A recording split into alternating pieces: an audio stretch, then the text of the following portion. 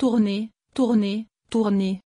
Cher Père, nous te disons merci pour cette opportunité et la proportion de regarder dans ta parole. Nous invitons l'enseignant de l'Église, le Saint-Esprit, d'accomplir son ministère comme nous nous assemblons. Seigneur, nous te demandons d'oindre la parole qui sort de ma bouche pour qu'elle trouve des racines dans les cœurs de toute personne qui va l'écouter.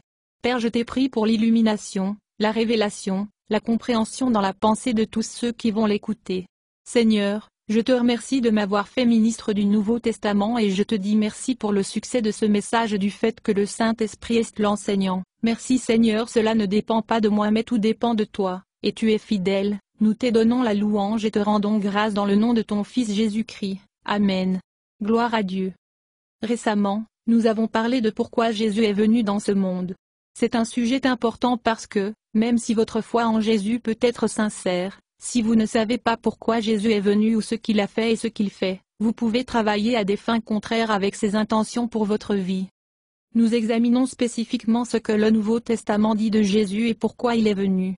Les documents du Nouveau Testament ont été écrits par des témoins oculaires de Jésus, ou des proches associés aux témoins oculaires. Ces hommes ont entendu Jésus enseigner, l'ont vu accomplir des miracles et ensuite, après qu'il est mort brutalement par crucifixion, ils l'ont vu vivant à nouveau. Ces témoins oculaires ont enregistré ce qu'ils ont entendu Jésus dire à propos de lui-même et de pourquoi il est venu dans ce monde. Leurs écrits nous disent que Jésus est Dieu devenu homme sans cesser d'être Dieu. Ils révèlent que Jésus a pris une nature humaine et est né dans ce monde pour mourir en sacrifice pour les péchés de l'humanité, et ainsi ouvrir la voie pour que les hommes et les femmes soient restaurés à leur but créé.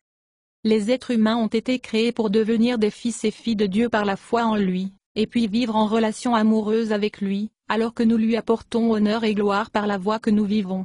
Éphésiens 1 versets 4 à 5. Éphésiens 1 verset 12. Je Pierre 2 verset 9. Acte 9 verset 26. Je Pierre 3 verset 18. Etc. Dieu a créé les êtres humains de manière à ce qu'ils puissent nous habiter par son esprit et sa vie et ensuite s'exprimer à travers nous alors que nous vivons dans la soumission à lui. Mais le péché nous a disqualifiés pour notre position créée. Car tous ont péché et sont privés de la gloire de Dieu. Romains 3 verset 23, SV. Jésus est venu chercher et sauver les perdus, ceux qui sont retranchés de Dieu à cause du péché et perdus dans notre but créé. Il est venu pour nous sauver de nos péchés. Luc 19 verset 10. Matthieu 1 verset 21. Le sacrifice de Jésus à la croix a été si efficace que lorsque nous nous tournons vers Dieu, il peut nous pardonner, nous habite, et nous restaure à notre position en tant que ses fils et filles. Jean 1 verset 12 à 13. Le péché est une transgression ou une violation de la loi morale de Dieu. La loi de Dieu est sa norme de ce qui est bien et mal. Jean 4, verset 5. L'essence du péché est de choisir votre chemin plutôt que le chemin de Dieu. Isaïe 53, verset 6. Les êtres humains sont des créatures morales, ce qui signifie que nous sommes capables de distinguer le bien du mal et de faire des choix moraux. Mais au lieu de suivre le standard de Dieu, nous avons créé nos propres standards. Pour être restaurés à notre position de fils et filles de Dieu, nous devons faire un changement moral et passer de la vie pour soi, selon nos propres normes, à vivre pour Dieu selon son standard. 2 Corinthiens 5 verset 15. Jésus est mort pour tous afin que ceux qui reçoivent sa nouvelle vie ne vivent plus pour se plaire. Au lieu de cela, ils vivront pour lui plaire. Traduction de la Bible du Semeur. Ce soir, nous allons continuer à parler du fait que Jésus est venu pour nous sauver de notre péché. L'un des 12 apôtres originaux de Jésus, Matthieu, a enregistré dans son livre du Nouveau Testament que Jésus a dit « Car je ne suis pas venu appeler les justes, mais les pécheurs à la repentance ». Matthieu 9 verset 13, Louis II. Le mot repentance peut mettre les gens mal à l'aise. Et dans une grande partie de l'enseignement populaire d'aujourd'hui, le mot repentance a été adouci pour signifier un changement d'avis, et est lié au renouvellement de l'esprit. Cependant, cette définition omet un élément clé de la repentance. La repentance est une action morale reconnaissant ce qui est mauvais, puis choisissant de s'en détourner et de faire ce qui est juste, selon la norme de moralité de Dieu, sa norme du bien et du mal. La repentance signifie se détourner du péché. La repentance est un changement qui s'exprime par des actions, à savoir l'obéissance à Dieu. La repentance implique un changement pour le mieux, ce qui signifie un tournant du péché et un tournant vers Dieu. La première fois que le mot est utilisé dans le Nouveau Testament, Jean-Baptiste a exhorté les hommes et les femmes à repentez-vous parce que le royaume de Dieu était proche. Matthieu 3, verset 2. Quand un groupe de chefs religieux, sadducéens et pharisiens, est venu enquêter sur Jean, il a dit eux. Vous devez porter du fruit en accord avec la repentance. Matthieu 3 verset 8, SV. Prouvez par la façon dont vous vivez que vous vous êtes vraiment tourné de vos péchés vers Dieu. Bible du Semeur. Luc 15, versets 11 à 32. La parabole du fils prodigue est une illustration claire de la repentance. Cette parabole était l'une des 3 que Jésus a racontées en réponse aux chefs religieux qui le critiquaient pour manger avec les pécheurs et les collecteurs d'impôts, hommes et femmes perdus. Ces paraboles illustrent que les hommes et les femmes perdus ont encore de la valeur pour Dieu même s'ils sont perdus dans leur but créé à cause de leurs péchés. Dans la parabole du Fils, Jésus a parlé d'un jeune homme qui a pris son héritage, laissé son maison de père, et a dépensé tout son argent pour une vie sauvage et coupable. Quand il s'est retrouvé dans une porcherie, affamé et sale, il a décidé de retourner chez son père où même les serviteurs étaient meilleurs off que lui. Certains disent que le fils a changé d'avis, s'est repenti, et est rentré chez lui parce qu'il a réalisé que la façon dont il vivait n'était pas bonne pour lui, et cette vie était meilleure de retour chez son père. Et, à défaut d'autre chose, son père le traitait au moins aussi bien que les employés. Mais il y a plus dans sa repentance. Cet homme a réalisé qu'il avait péché contre Dieu et contre son père et n'était pas méritant ou digne d'aucune considération. Luc 15 versets 17 à 21. La repentance est plus que de réaliser que votre vie est une épave à cause de votre comportement. C'est admettant que tu as péché contre Dieu et dois faire un changement moral et te tourner du péché vers Dieu. Pourquoi parlons-nous de cela? À cause de la présentation faible et inexacte de l'Évangile qui est si prévalente aujourd'hui. Nous avons réduit le salut à « Demandez simplement à Jésus dans votre cœur, dites cette prière et vous serez sauvés et ne laissez personne vous dire que vous n'êtes pas sauvés. » Vous pouvez prier une prière sans faire de choix moral. Le repentir implique un changement moral, passer de la vie pour soi à la vie pour Dieu. Cela signifie se tourner du péché, ou enfreindre la loi morale de Dieu, vers la justice, ou obéir à la norme de moralité de Dieu. En essayant de rendre l'Évangile plus attrayant pour les gens, nous avons souligné les avantages de servir Dieu, venir à Jésus et il vous aidera, mais nous avons atténué cet aspect clé, la repentance, un changement volontaire de votre vie vers celle de Dieu, un choix volontaire de lui obéir. Après que Jésus soit ressuscité des morts, il a envoyé ses apôtres pour proclamer un message de repentance. Il leur a dit, oui, il était écrit il y a longtemps que le Messie doit souffrir et mourir et ressusciter des morts le 3e jour. Avec mon autorité, apporte ce message de repentance à toutes les nations, en commençant par Jérusalem. Il y a le pardon des péchés pour tous ceux qui se tournent vers moi, Luc 24 versets 46 à 47, NLT.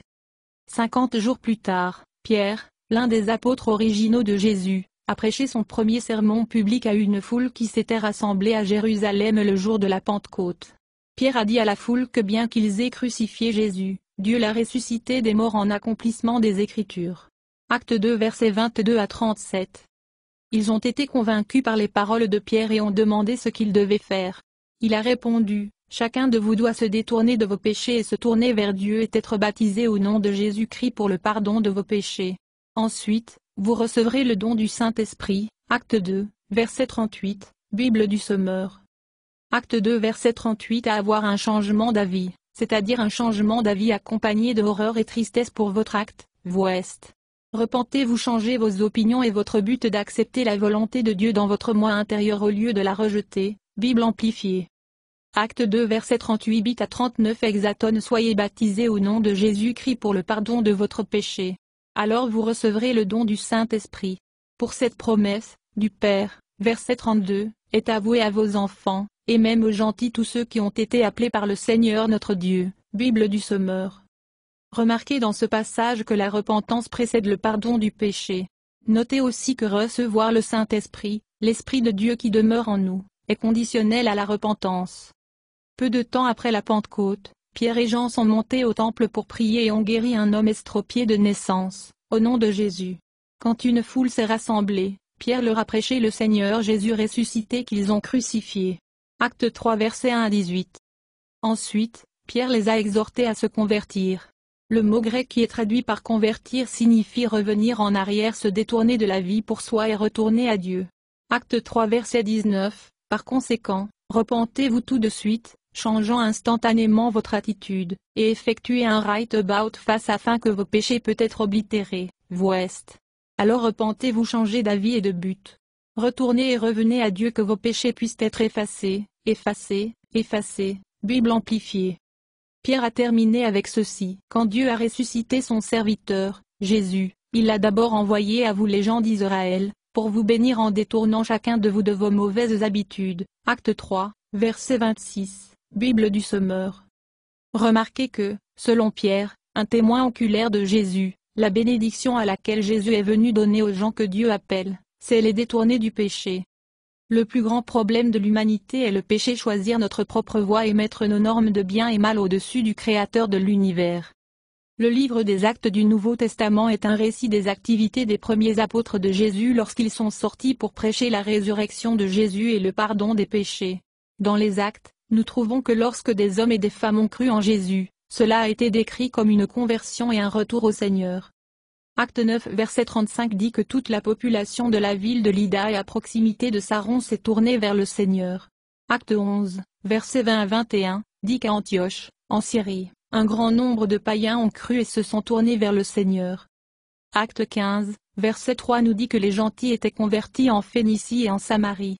Les apôtres ont compris que pour que le salut du péché se produise, il doit y avoir une repentance et conversion, un passage volontaire de quelque chose, le péché, à quelque chose, l'obéissance à Dieu. Notez que dans le livre des Actes, la description des personnes répondant au message des apôtres est non.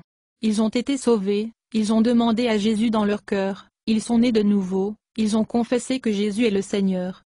La description est, ils se sont tournés vers Dieu. Ils se sont repentis et ont été convertis.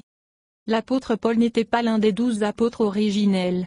Le Seigneur Jésus lui apparut environ 2 ans après la résurrection, alors que Paul était en route pour arrêter et emprisonner les chrétiens. Acte 9, versets 1 à 6. Jésus a chargé Paul de proclamer le même message de repentance et de se tourner du péché vers Dieu. Acte 26, versets 18 à 20. Jésus dit, « Je t'envoie pour leur ouvrir les yeux, afin qu'ils passent des ténèbres à la lumière et du pouvoir de Satan à Dieu, afin qu'ils reçoivent le pardon des péchés. » Je, Paul, n'étais pas désobéissant à la vision céleste, mais déclaré qu'ils devraient se repentir et se tourner vers Dieu, accomplissant des actes en accord avec leur repentance. SV. Notez comment Paul a décrit les expériences de conversion spécifiques des personnes à qui il prêchait dans la ville de Thessalonique, Lystra et Athènes. Les Thessaloniciens, vous vous êtes détournés des idoles pour servir le Dieu vivant et vrai et attendent avec impatience la venue du Fils de Dieu du ciel. I Thessaloniciens 1 verset 9 à 10, Bible du Semeur. À Lystra, Paul et Barnabé ont guéri un homme estropié de naissance par la puissance de Dieu. La foule qui en a été témoin voulait offrir des sacrifices à Paul et Barnabé. Les deux se sont arrêtés, la foule disant, « Nous sommes des hommes comme vous. Nous sommes venus vous donner la bonne nouvelle que tu devrais te détourner de ces choses sans valeur vers le Dieu vivant. » Acte 14 verset 15, Bible du Semeur.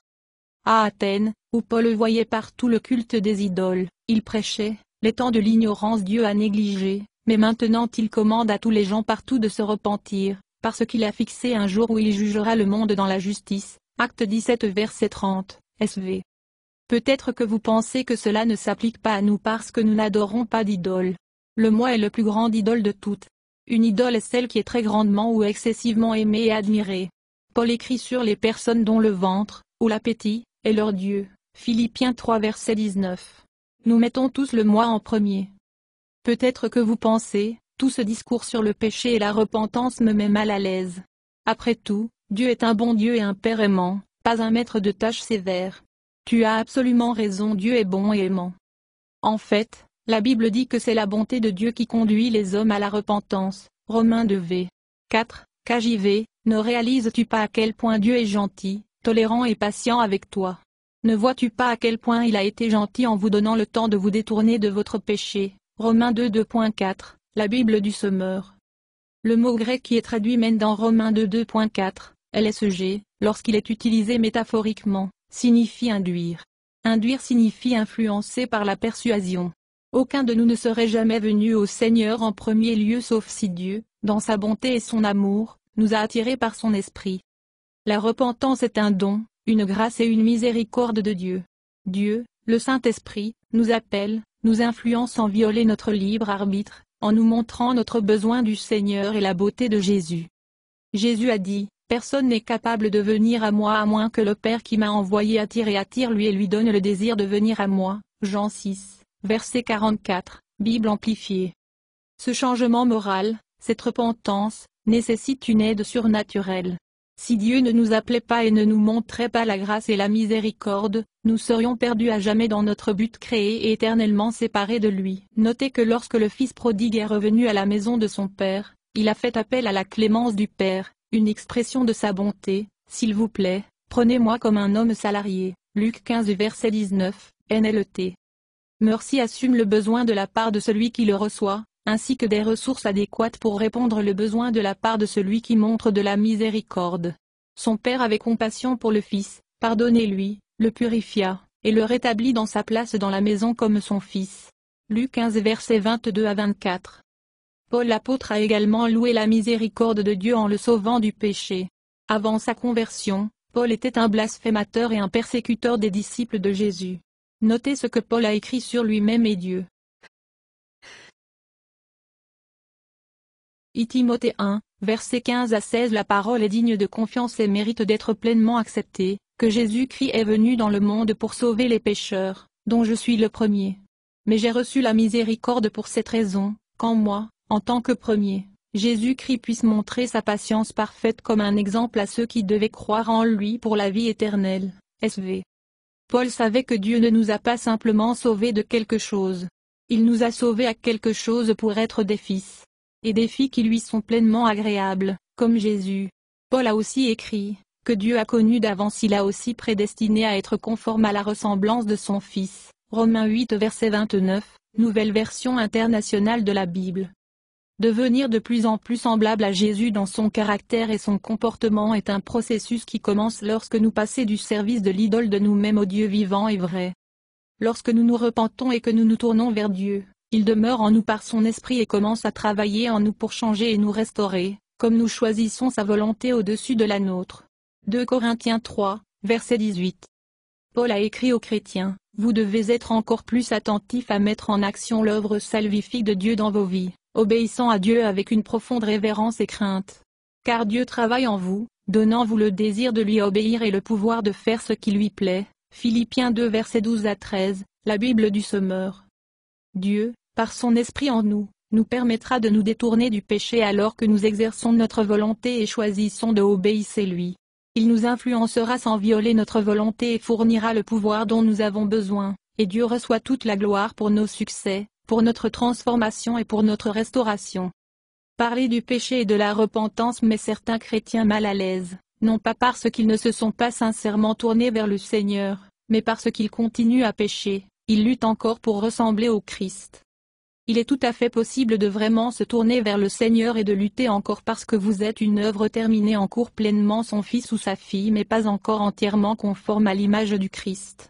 Comme vous restez fidèle à lui, celui qui a commencé une bonne œuvre en vous l'achèvera.